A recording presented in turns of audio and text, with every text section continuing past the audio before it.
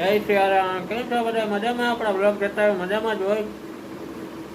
હમણાં તો સમાચારમાં બધા એક જ વસ્તુ આવે છે કે એમાં બાટલાના ભાવ વધ્યા છે. તો મમ્મીને પૂછ્યું, એને ખબર છે કે નહીં કે બાટલાના ભાવ વધ્યા છે કે નહીં?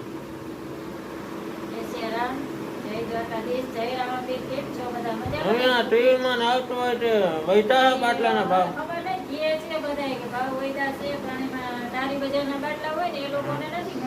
હા આ બાટલા તો બધાને મળે જ છે. હા શું મળે જ છે. હા આમાં કઈ વાંધો નથી આવતો એમ.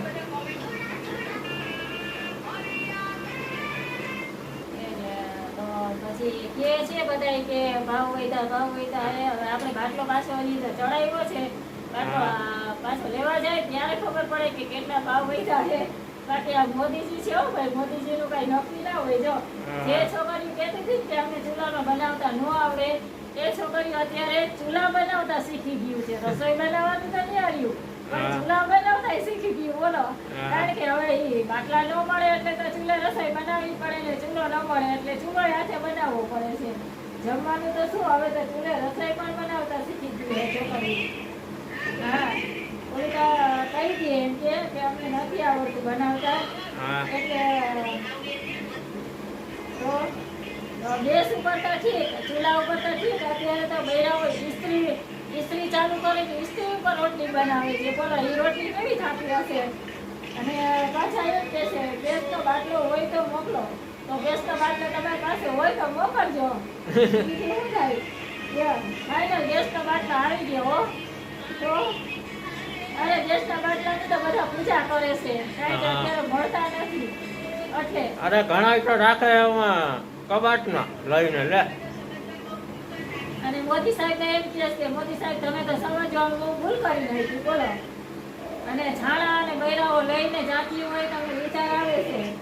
એક છાણાના બાટલા અને ગેસના બાટલા અને તમે જો તો લઈને જતા હોય, અને છોકરીઓને એમ થાય અત્યારની બૈરાઓને કે આપણે ચૂલા ઉપર રસોઈ કેમ બનાવે.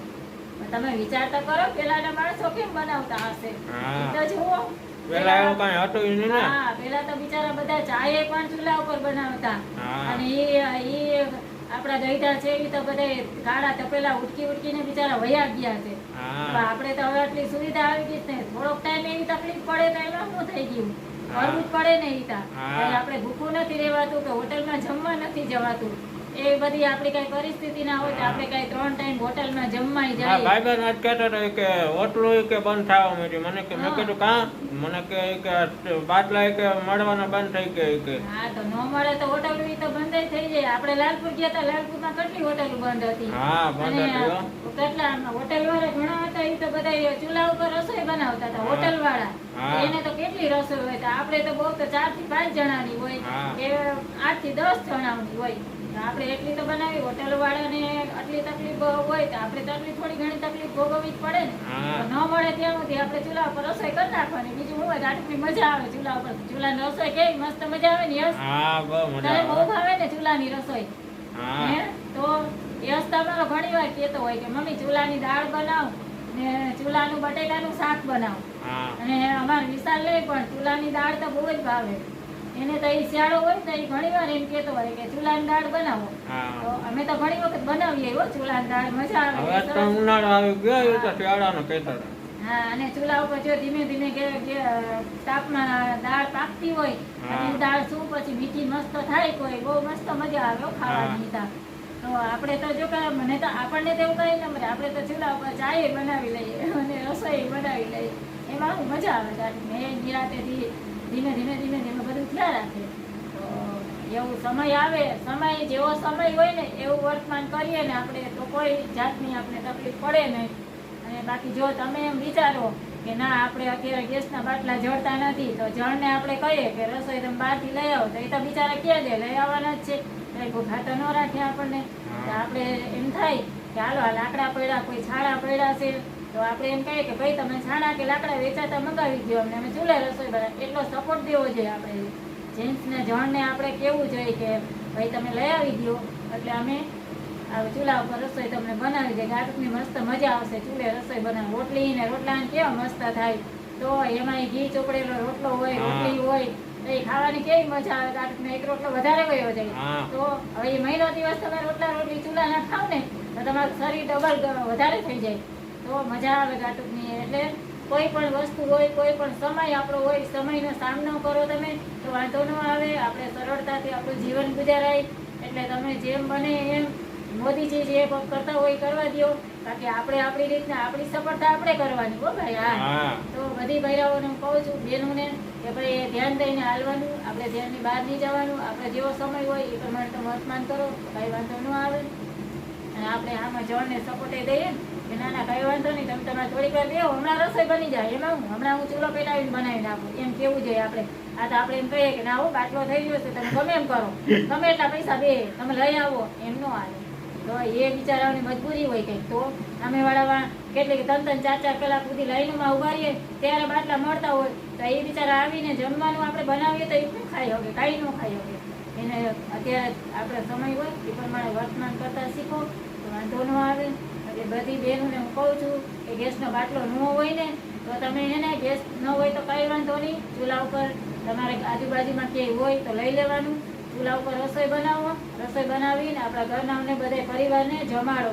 એ સારું છે, બરોબર છે. કેમ તમારું કેવું શું છે? બરોબર છે ને? હા બરોબર ને? યસ, હા બરાબર. તો અમે તો બનાવી નાખીએ ચૂલા. કોઈને ના પાડો તેને દુઃખ લાગી જાય અને એના કરતા ખવડાવવું સારું. હા, ખવડાવી દેવું સારું.